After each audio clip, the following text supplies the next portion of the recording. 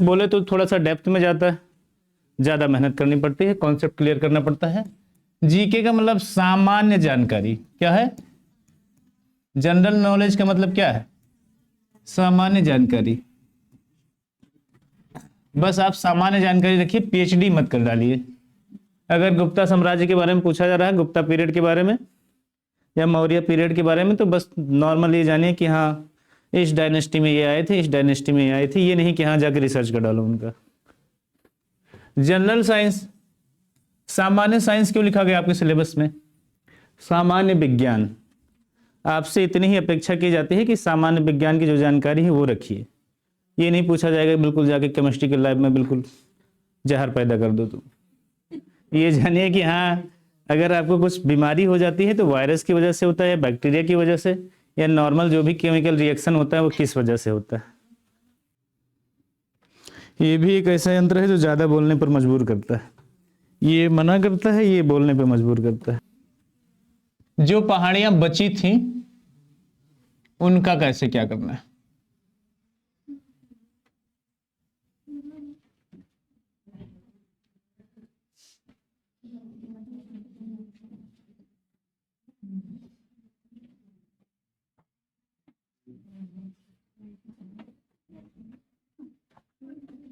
ठीक है, ऐसा ही कुछ मान लेते हैं कि इंडिया का मैप होता है।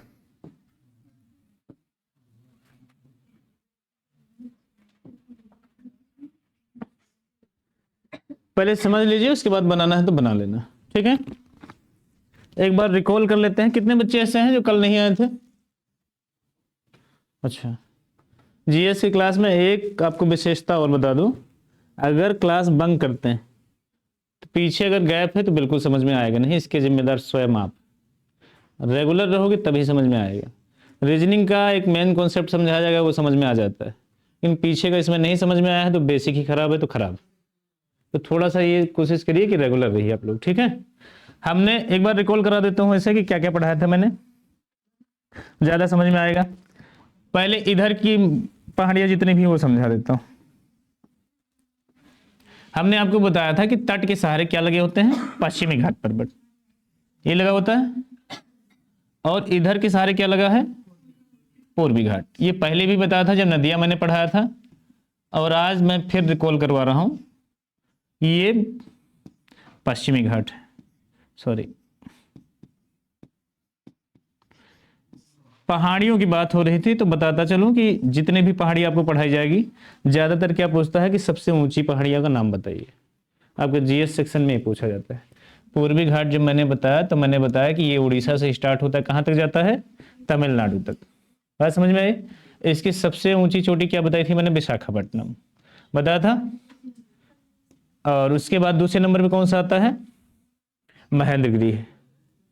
इसमें हमने बताया था कि काफी लंबा है तो दो भागों में बांट लेते हैं। इसे अन्य किस नाम से जानते हैं? पश्चिमी घाट को सह्याद्री के नाम से।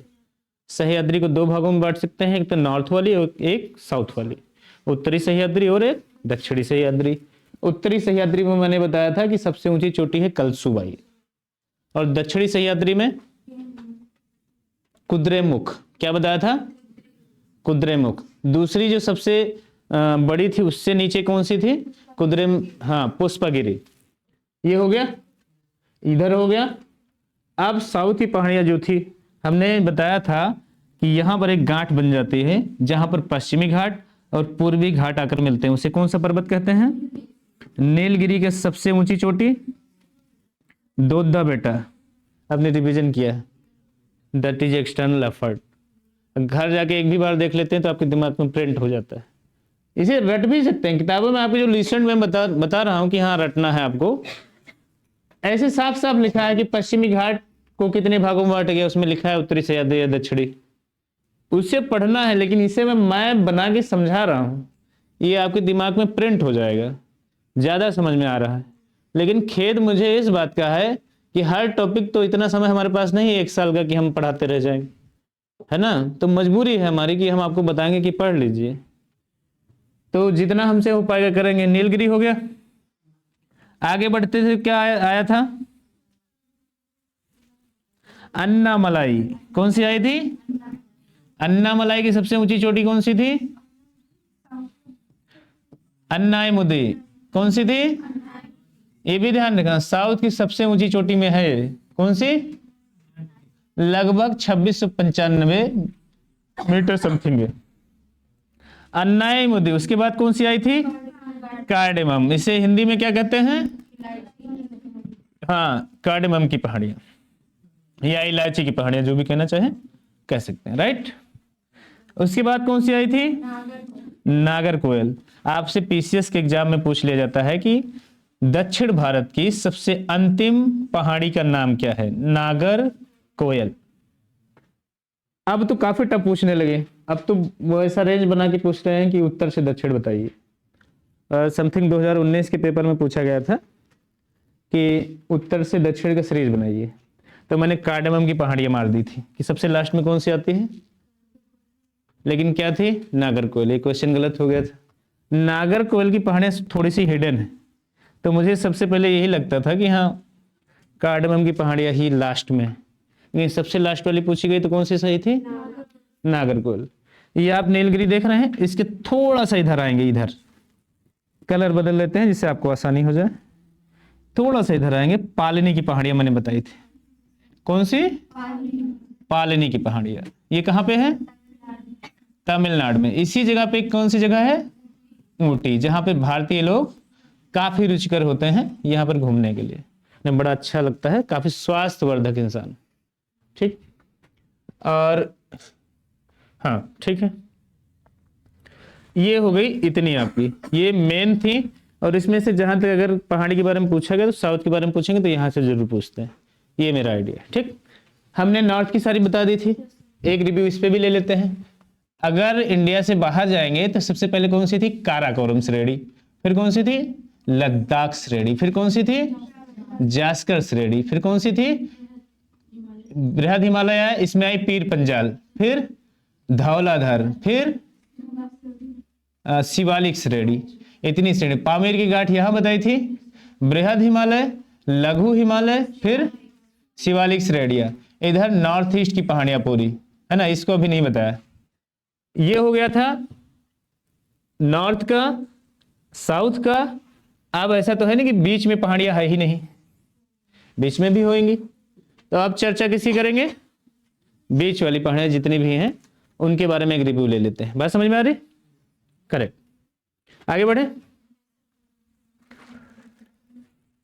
आप शुरू करते हैं, थोड़ा सा खिसकाते हैं, थोड़ा सा खिसकाते हैं। आपने एक नाम सुना होगा, अरावली की पहाड़ियां। काफी अरावली की जितनी भी पहाड़ियां हैं लगभग दिल्ली से स्टार्ट हो जाती हैं। दिल्ली आपकी समथिंग यहीं पे पड़ती है। कहाँ पे पड़ती है? ये नक्शे में आप देखेंगे तो कुछ यहां से स्टार्ट होंगी, और ये जो पहाड़ियां चलती हैं दिल्ली से फिर कहाँ जाती हैं? गुजरात तक हैं। गुजरात में एक जगह है, उसका नाम है पालमपुर। क्या नाम है? पालनपुर। पालनपुर। ये कौन सी पहाड़ियां हैं? अरावली। हाँ, तो बीच में राजस्थान तो पड़ेगा। मैंने कहा है दिल्ली से लेकर गुजरात, तो बीच में तो राजस्थान पढ़ना ही पड़ना है। बात समझ में? हाँ, ये आप घर जाइए, मैं थोड़ा सा और टाइम लेना चाहता। अभी तिवारी से कल बात हो रही थी कि मैं ज्योग्राफी कुछ दूसरे तरीके से पढ़ाना चाहता हूँ कि बिल्कुल भूल ही ना पाओ आप, और यही पढ़िए जो पढ़िए, घर पे मत पढ़ो तो भी आ जाए। मैं उनसे बात कर रहा था कि ये जितनी भी पहाड़ियाँ हैं, मुझे ये पूरा जो डिजिटल बोर्ड है पूरा ऑनलाइन कर दीजिए हमारा। जैसे ही पालनी की पहाड़ियाँ मैं सिर्फ टाइप कर दूंगी पालनी की पहाड़ियाँ, आपको दिखा भी दूँ तुरंत। तो वो थोड़ा सा इंटरनेट कनेक्टिविटी नहीं है, यहाँ पे दिक्कत हो रही है। तो कह रहे थे हो जाएगा सर, आपकी बात तो सही, लेकिन नेट कनेक्टिविटी थोड़ा सा फास्ट चाहिए इसमें। अगर सोचो, ये पश्चिमी घाट की बात कर रहा हूँ, इतना खूबसूरत है कसम से, आप जाओगे यहाँ पे ऐसा लगेगा कि जन्नत में पहुंच गए। हाँ, नहीं हो रहा, कुछ इसमें ट्रबल सम आ रहा है, दिक्कत आ रही है। अभी नीलगिरी की पहाड़ियां नाम लेते ही अंदर खूबसूरती बस जाती है, इतना खूबसूरत है कसम से। गूगल पे जाके देखना, ये सारी चीजें जितनी भी बताई हैं, अगर 3D इमेज में आप देख लो ना, दीवाने हो जाओगे कसम से, इतनी खूबसूरत जगह है सर। अब उसे अगर आप एक बार दिखा दें, अभी दिमाग में प्रिंट हो जाए नीलगिरी, लेकिन अब अपना सोचा हो कहाँ पाता है सब। मैथ रीजनिंग तो है नहीं कि हाँ सब कुछ हो जाएगा। मैथ रीजनिंग पढ़ाना बहुत आसान है, अगर जीएस में 10 बच्चों में से आपने 5 को समझा दिया तो समझ लीजिए आपको महारत हासिल। इतना मुश्किल है जीएस पढ़ाना। मैथ का क्या है कॉन्सेप्ट, अब वो तो अलग चीज है कि आपकी मानसिकता कैसी है कि मैथ को टफ मानते हैं, किसी किसी को जीएस आसान लगता है, मैथ ज़्यादा टफ है, किसी के लिए ऐसा भी है मैथ बहुत आसान है। तो आपका अलग अलग है, सबको सब नहीं आता। इंजीनियरिंग वाले लड़के से जाके इतिहास पूछिए, मार मार के भगाएगा तुम्हें। इतिहास वाले लड़के से जाके तुम रीजनिंग पूछो एनालिटिकल वाली, वो भी तुम्हें मार मार के ही भगाएगा। अपोजिट हो जाता है एकदम। अब वो संस्कृत बोलता है, उससे जाके ब्रिटिश वाली अंग्रेजी बोलोगे क्या करेगा?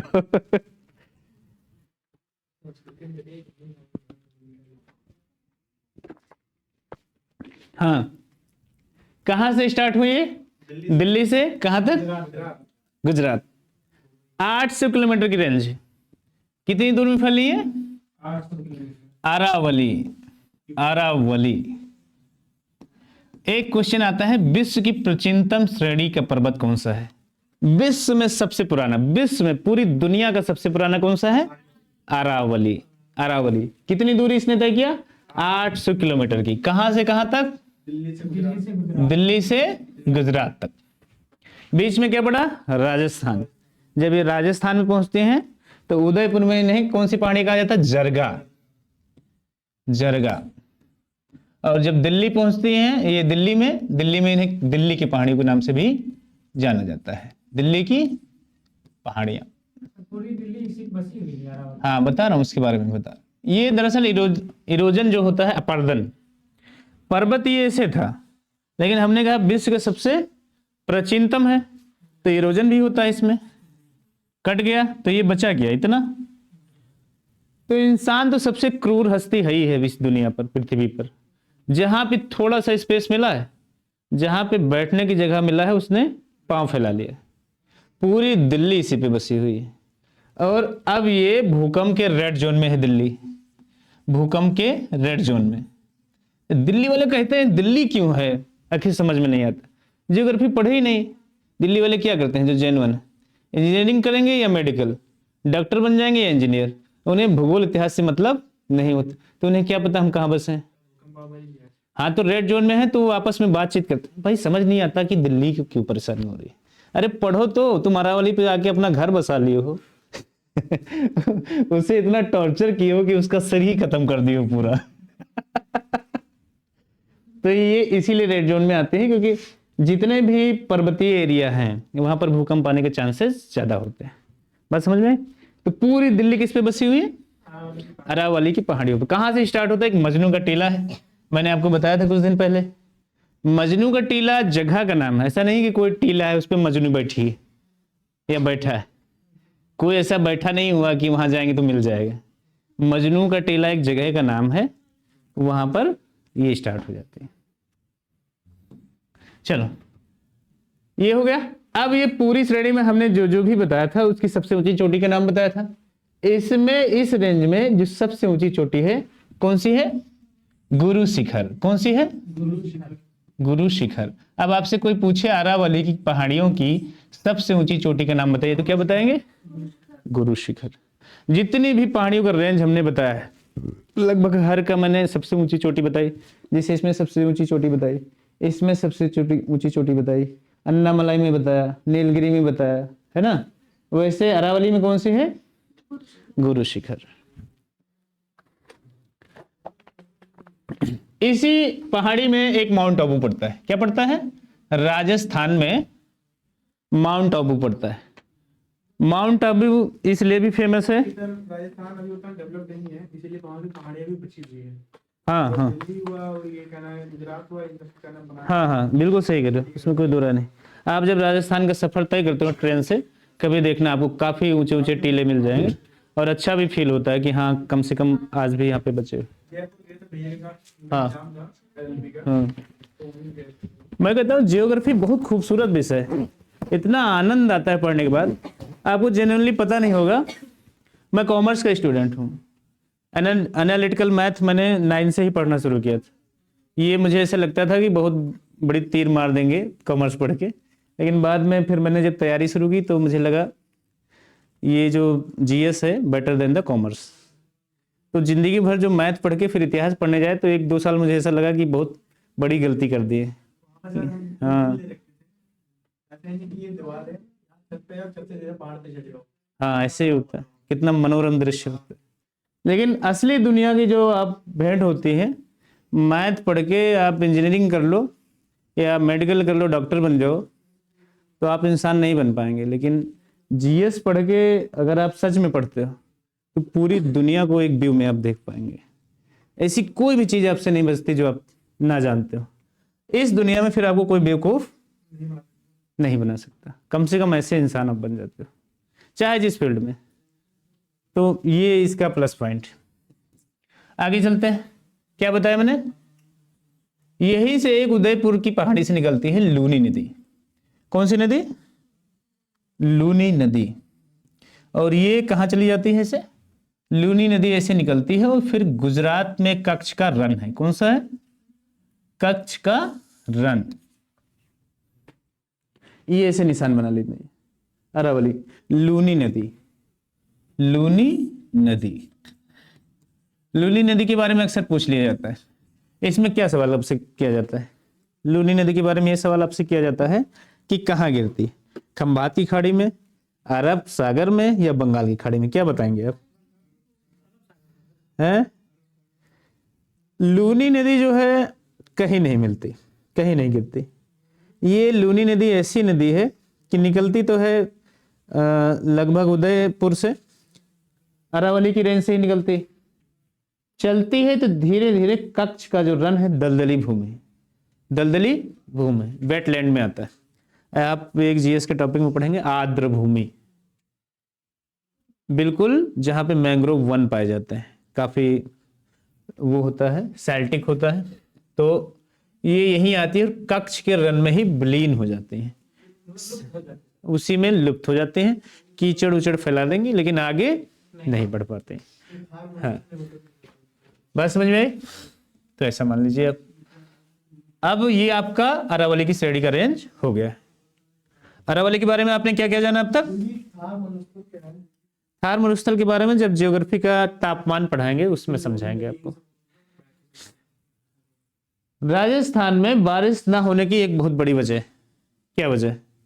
कभी जीएस पढ़ के इतना तो आप पढ़े है नहीं कि हाँ जी समझ में आ जाए, फिर भी समझा देता हूँ। हमने आपको अरावली की रेंज बताई, ऐसे है, इसी की साइड में लगभग राजस्थान, ठीक है? ठीक, हवाएं आती हैं, कहां टक्कर लेती हैं? अरावली की पहाड़ियों से। समझ गए ना? हवाएं का जो काम है, किसी के सहारे ऊपर उठ जाती हैं, और जैसे जैसे ऊपर उठते हैं ऊपर नमी लेती जाती हैं। जैसे जैसे ऊपर हवाएं जाती हैं 0 से 6 डिग्री सेल्सियस उनका तापमान कम होता जाता है। जितना ऊपर उठेंगे 6 डिग्री सेल्सियस उनका तापमान कम होता जाएगा। जैसे ऊपर उठती हैं तट के सहारे, ये यहीं पे बारिश कर देती है। ये यहाँ क्यों नहीं बारिश होती? क्योंकि अरावली की पहाड़ियां हैं पूरी, है ना? हाँ, गुजरात में काफी बारिश होती है क्योंकि यहाँ पे पहाड़ों को तोड़ के शहर बना दिया गया है।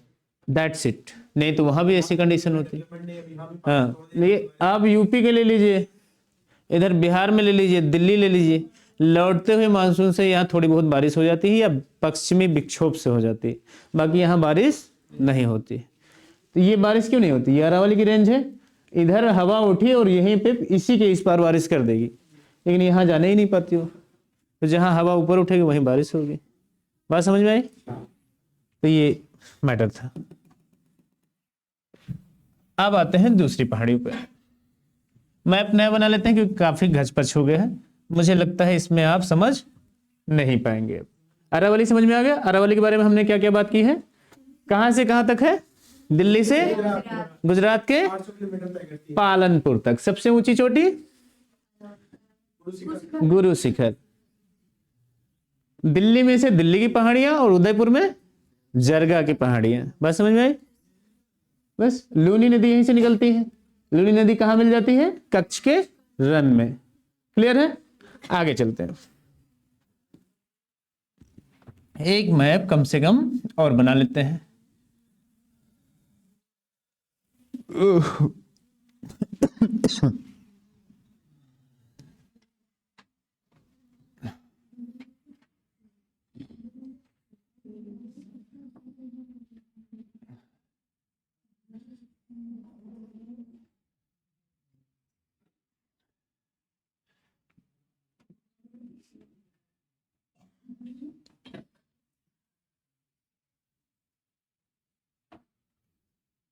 ठीक है, चलते और देख लेते हैं।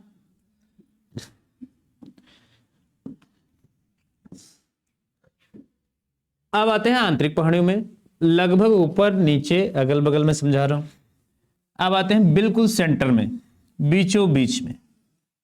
हमने आपसे एक नदी के बारे में बात की थी, नर्मदा, और आपसे मैंने बताया था कि दो भ्रंश घाटियों के बीच में होकर बहती हैं। यही वजह है कि ये पूरब से पश्चिम की ओर बहती है, कि पश्चिम से पूरब बहती है। कैसे? क्योंकि इसके भ्रंश घाटों की जैसे दो पहाड़ियां हैं, दोनों के बीच में मजबूरी बस इसे बहना पड़ता है, नहीं तो ये भी कहाँ गिरती? बंगाल की खाड़ी में। तो आज वो आपको समझ में आ जाएगी पहाड़ियां कौन सी थी। पहाड़ियों का नाम उसी दिन बताया था मैंने। सबसे पहले कौन सी श्रेणी थी? विंध्याचल, विंध्याचल की पहाड़ियां थी। दूसरी कौन सी पहाड़ियां थी? सातपुड़ा। सातपुड़ा मैंने बताया तो एक अकेले नहीं है, ये अपने साथ रेंज लेके चली। विंध्याचल श्रेणी है, क्या है? और श्रेणी का मतलब मैंने बताया था एक पर्वत नहीं है, उसके साथ कई सारे। सातपुड़ा क्या है? श्रेणी है। बात समझ में आई? तो ये अकेले नहीं, कई सारी पहाड़ियां एक साथ लेके चल रही हैं। तो आज इसका अध्ययन कर लेते हैं कि नर्मदा आखिर निकलती कहां से। हमारा जो पेन है काफी, तो आज सोच रहा हूं इसे पतला कर लूं मैं। पतला कैसे होगा ये नहीं समझ में आ रहा।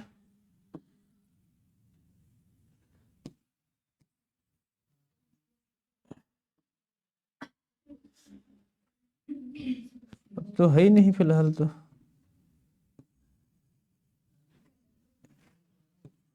हाँ ये समझ आया। शुरुआत करें? शुरू करते हैं।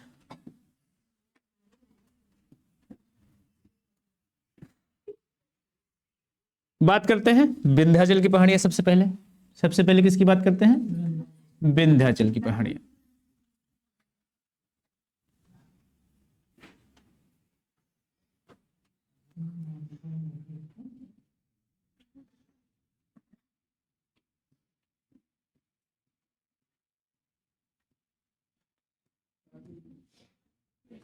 इसमें दो तीन पहाड़ियां आपको नजर आ रही होंगी। एक टीला है, दूसरा टीला है और तीसरा टीला। इस पहाड़ी का हम नाम देंगे विंध्याचल श्रेणी। क्या नाम देंगे? विंध्याचल श्रेणी, क्योंकि एक पर्वत तो है नहीं। पहली जो श्रेणी है उसका नाम है विंध्याचल। क्या नाम पड़ा? ये जो दूसरा टीला है उसका नाम है भांडेर। क्या नाम है? और तीसरा जो है कैमूर। तीन तीन कौन कौन से?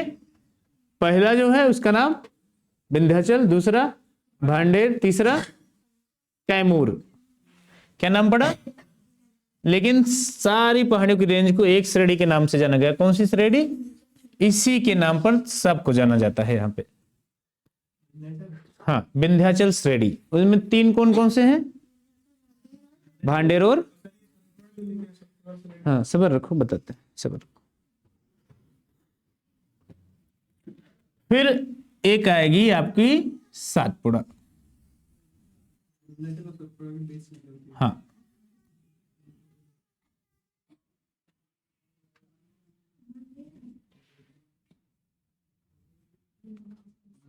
ये देखिए अब मजा आएगा। ये कौन सी रेंज है? सातपुड़ा।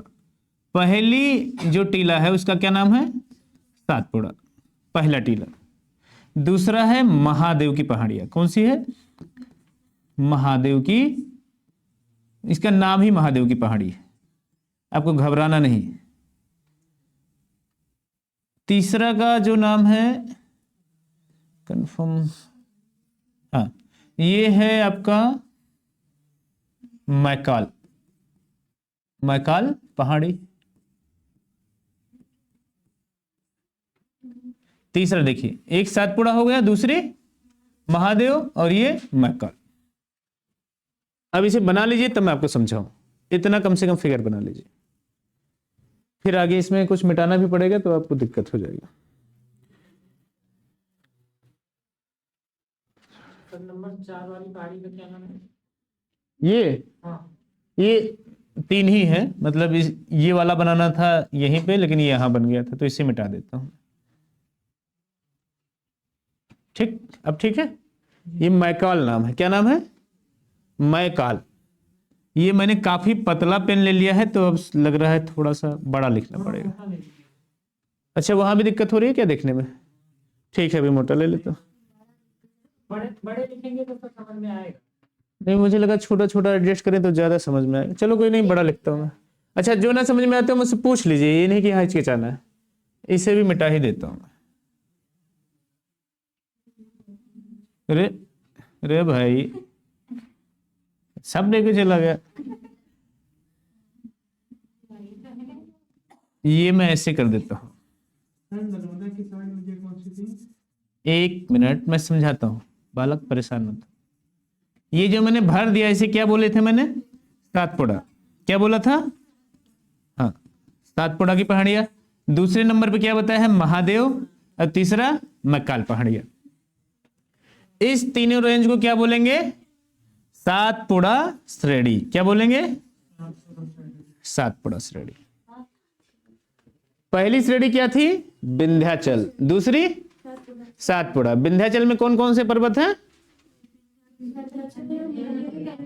भांडेर, कैमूर। और इसमें कौन कौन सी है? विंध्याचल, सॉरी सातपुड़ा, महादेव की पहाड़ियां और मैकाल की पहाड़ियां।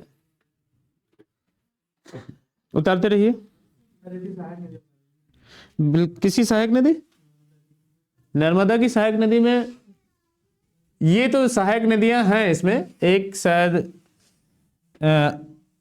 कृष्णा है और 1-2 नदियां और हैं, मुझे ध्यान नहीं आ रहा है। लेकिन यहां कहां से निकलती हैं और कहां गिरती हैं उसके बारे में भी बता देता हूं।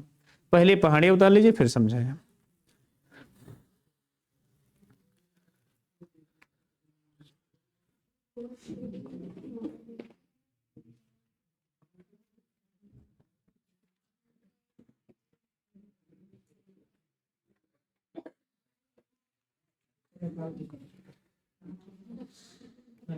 लिखाओ जरा नोट्स अपना।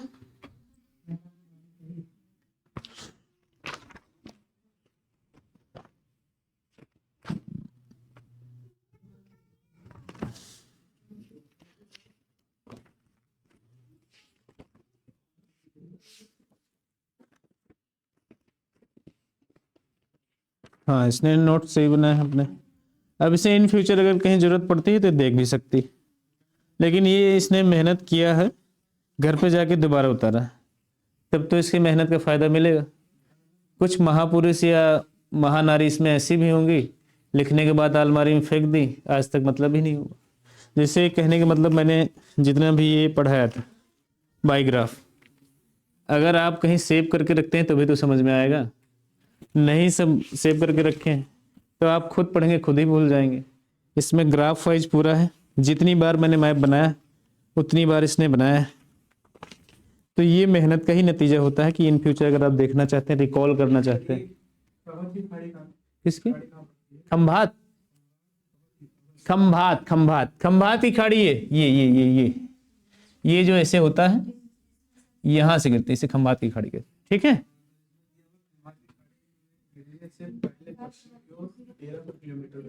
क्या? वो सही बता रहे हैं, बताता हूं मैं अभी। 1300 किलोमीटर बहने का मतलब यहां से निकलते ही यहां तक का जो सफर है 1300 समथिंग होता है। कृष्णा है आपके उसमें नोट्स में ना दिया गया हो, अलग है। तो इसमें क्या क्या दिया गया है?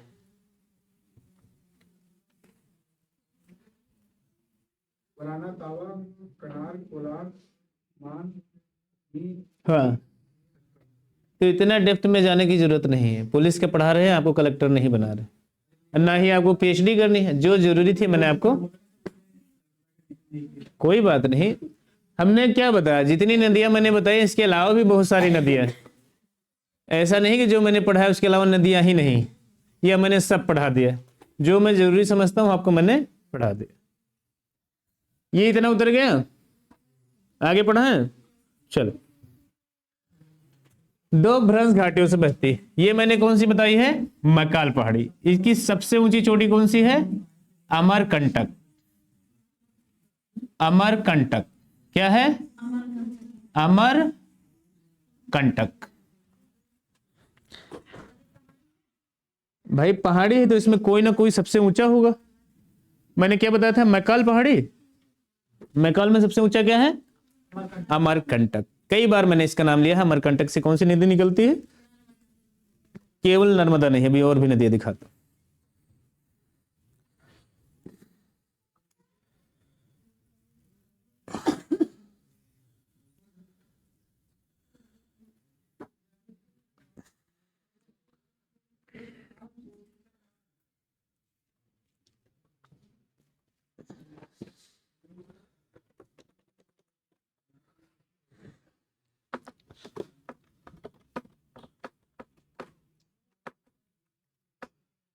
आगे बढ़े,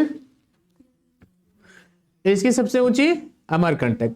अमरकंटक से क्या क्या ये मैकाल पहाड़ी से क्या क्या नदी निकलती है, आप देख लेते हैं, ध्यान से देखिए। एक तो नर्मदा निकलेगी और ऐसे होते हुए खंभात की खाड़ी के आसपास इधर आ जाएगी अरब सागर में। हमने क्या बताया था, दो श्रेणियां, एक तो ये श्रेणी चली कौन सी, सातपुड़ा, और ये कौन सी चली, विंध्याचल। बीच से कौन सी नदी निकलती गई है, नर्मदा। ये इधर आ जाएगी। आप समझ में आई बात। आपने दो श्रेणियां पढ़ी, एक विंध्याचल, दूसरी सातपुड़ा। विंध्याचल में आपने पढ़ा भांडेर, कैमूर, विंध्याचल। दूसरी श्रेणी पढ़ी सातपुड़ा। सातपुड़ा में सातपुड़ा, महादेव की पहाड़ियां, मैकाल। मैकाल की सबसे ऊंची चोटी अमरकंटक, और अमरकंटक से कौन सी नदी निकली, नर्मदा। नर्मदा, अब आपको कारण पता चल गया होगा क्यों पूरब से पश्चिम की ओर बहती है। दो पहाड़ियां हैं, उसे जगह ही नहीं मिल रही, न उधर जा पा रही है न इधर जा पा रही है। जाना है तो किधर जाना है, इधर ही आना है, तो मजबूरी है उसकी, बहन उधर बहेगी। बात समझ में आ गई। आगे चलते हैं। एक है तापी नदी। तापी नदी, इस पर अध्ययन कर लेते हैं, थोड़ा सा और देख लेते हैं। एक और इसी पे है पारसनाथ की पहाड़ियां। कौन सी पहाड़ी है, ये पारसनाथ की पहाड़ियां। पारसनाथ की नाम है, कोई पारसनाथ ये नहीं कि समोसा बना रहे हैं वहां बैठ के। पहाड़ी, पारसनाथ की पहाड़ी। अब देखिए, सोन नदी भी यहां से निकलते हुए कहां मिल जाती थी, गंगा से। मैंने आपको बताया था गंगा की सहायक नदियों में कौन सी है, सोन नदी। गंगा यहीं पे ऐसे बह के गुजरती है ना। क्या, कौन सी तापी, तापी का अभी बाद में बताएंगे बालक, पहले जो बता रहा हूं उसे तो देख लो। इसी में कंफ्यूज रहते हो आप लोग। टीचर यहाँ पढ़ा रहे हैं, वहां गूगल कर रहे हो, तो गूगल से ही पढ़ लो। काहे परेशान हो, आत्मा को काहे तकलीफ दे रहे हो। नहीं, घर पे जाके पढ़ो, मैं नहीं कहता पढ़ो मत, दूरदर्शिता भी आवश्यक, लेकिन यहां जो पढ़ा रहा कम से कम वो ज्ञान अर्जन कर लो बालक। गूगल तो आपको सब कुछ बताएगा। यहां से निकली सोन नदी। अब सोन नदी ऐसा नहीं कि इधर नहीं बह सकती थी, लेकिन हमने क्या बताया, बगल में कौन सी पहाड़ी है, कैमूर, और इधर कौन सी है, पारसनाथ, वो भी बीच में पड़ गई, तो उसके पास में मजबूरी है उधर जाके बहना। तो सोन नदी किससे जाके मिल गई, गंगा। क्या वजह है, दो पहाड़ियों के बीच में ये भी बहती हैं। बहुत सारी नदियां सताई गई हैं। सताई जाने का मतलब वो तो बहना अलग चाहती थी, लेकिन बह अलग रही। तो सोन नदी उसी सताई हुई नदियों में। आगे देख लेते हैं। अब वो जो तापी नदी बता रहे भाई साहब, उसके बारे में थोड़ा देख लेते हैं।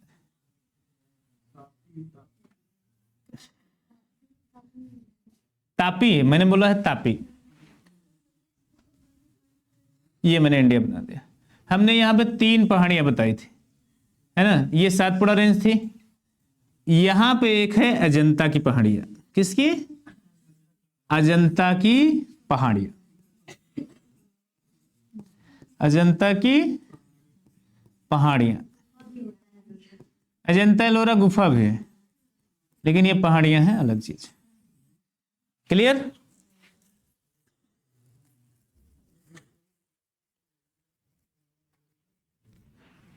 यहीं से निकलकर एक नदी जाती है, तापी नदी। 2 पहाड़ आ जाएंगे, ये तापी नदी ऐसे बहती है, ऐसे, और अरब सागर में आके गिर जाती है। कौन सी नदी है?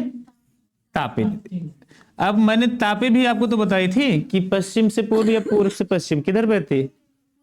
पूरब से पश्चिम। क्यों बहती? अब इधर आ गया सातपुड़ा, फिर नीचे कौन सी है, तो फिर बीच में आ गए वो, फिर तापी नदी की मजबूरी इधर बहना, सीधी सी बात। तो ये तापी नदी के बारे में भी आपने जान लिया। एक और ये जो है विंध्याचल, इसी के पास में ऐसे मिला लीजिए मालवा का पठार। क्या है? मालवा का पठार।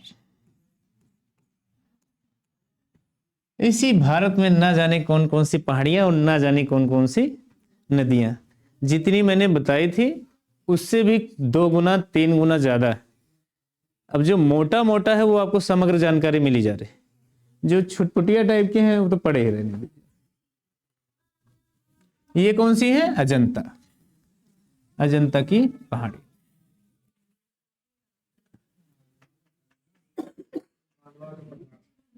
ये इसी के आसपास में मालवा का पठार बना लीजिए।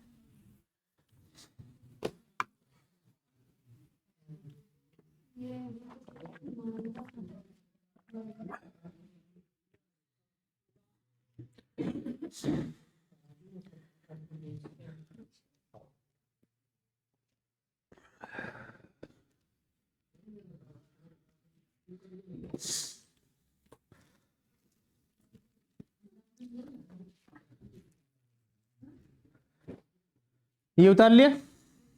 2-4 मिनट और भी बात कर लेते हैं। आज जो आपकी अगली क्लास थी सचिन सर की, वो शायद उपस्थित नहीं हो पाएंगे किसी कारणवश। आए हैं तो आ गए तो फिर आप लोग सौभाग्य है, पढ़िए।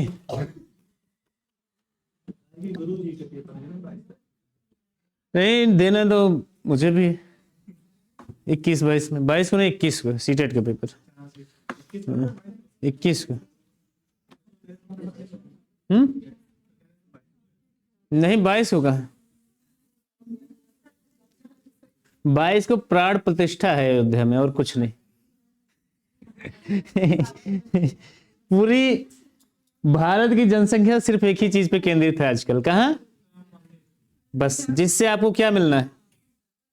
नथिंग, कुछ भी नहीं मिलना है आपको, सिर्फ और सिर्फ बेवकूफ बनाया जा रहा है बस।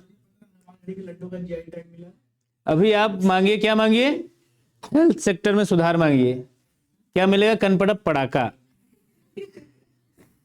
आप एजुकेशन मांगिए तो झंडा पकड़ा दिया जाएगा भगवा वाला। कुछ भी नहीं दिया जा रहा है, सिर्फ आपको लॉलीपॉप दिया जा रहा है। झंडा झंडा चिल्लाओ, जय श्री राम। कार्ड निकालने गए थे, उसमें एक ऑप्शन आ रहा था इसका बीजेपी का, उसका जरा रजिस्ट्रेशन करिए पहले यहाँ पे, फिर आप अपना एडमिट कार्ड निकालिए। अब ऐसे समझ लीजिए, मैं एक छोटी सी बात आपको समझा देता हूँ। उसमें जो लिंक आ रहा था उसमें कैंसिल करने का कोई ऑप्शन ही नहीं। वैसे मैं लाइव हुई बात बोलनी नहीं चाहिए, लेकिन किसी भी सरकार का जो कर्तव्य होता है, सरकार आप क्यों बनाना चाहते हैं? सबसे पहली चीज आपसे मांगी जाती है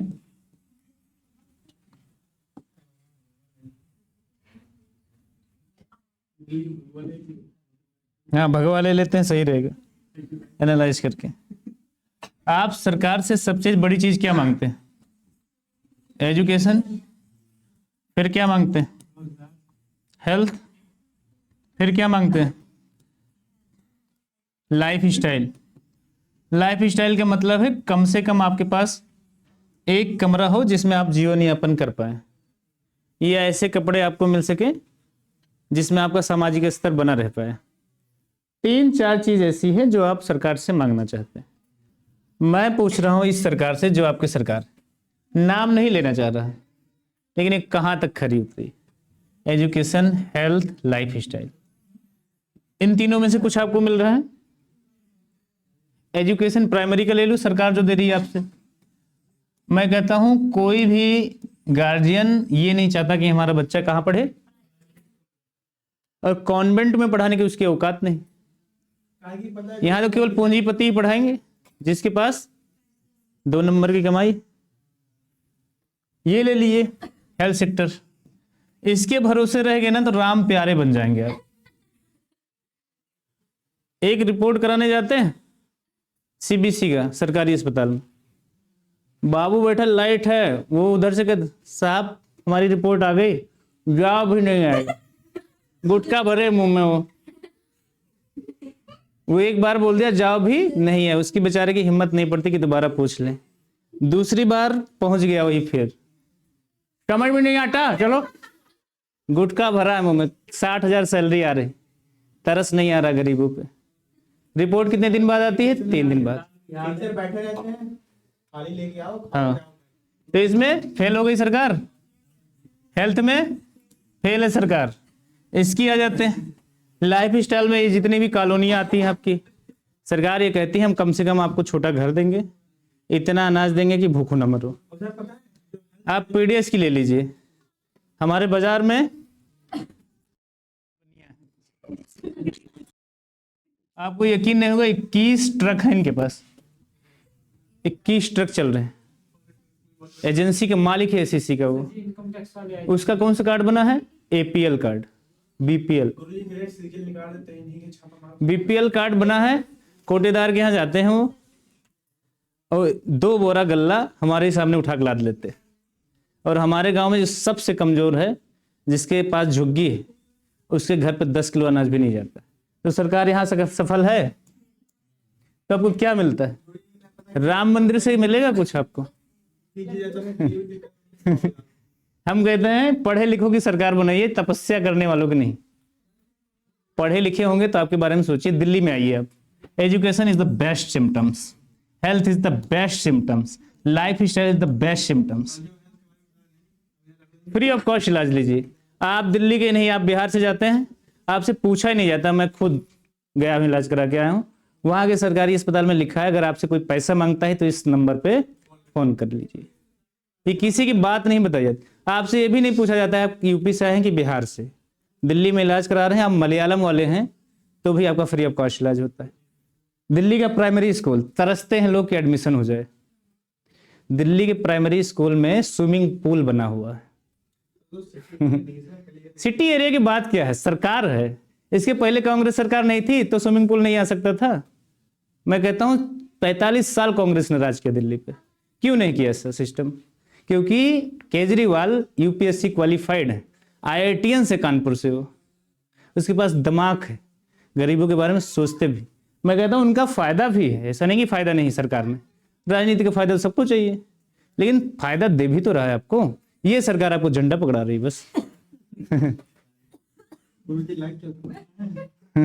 लाइफ से डर नहीं लगता, हमसे कोई बात तो करे। हम कहते हैं हम एमकॉम बीकॉम करके बैठे, हमें चपरासी बना दीजिए आप, बस हम योग्य तो हैं, बनाइए तो सही।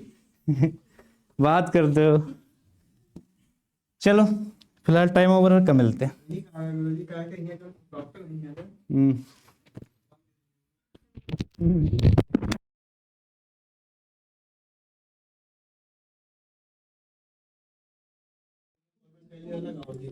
अरे वो लूटते हैं बस।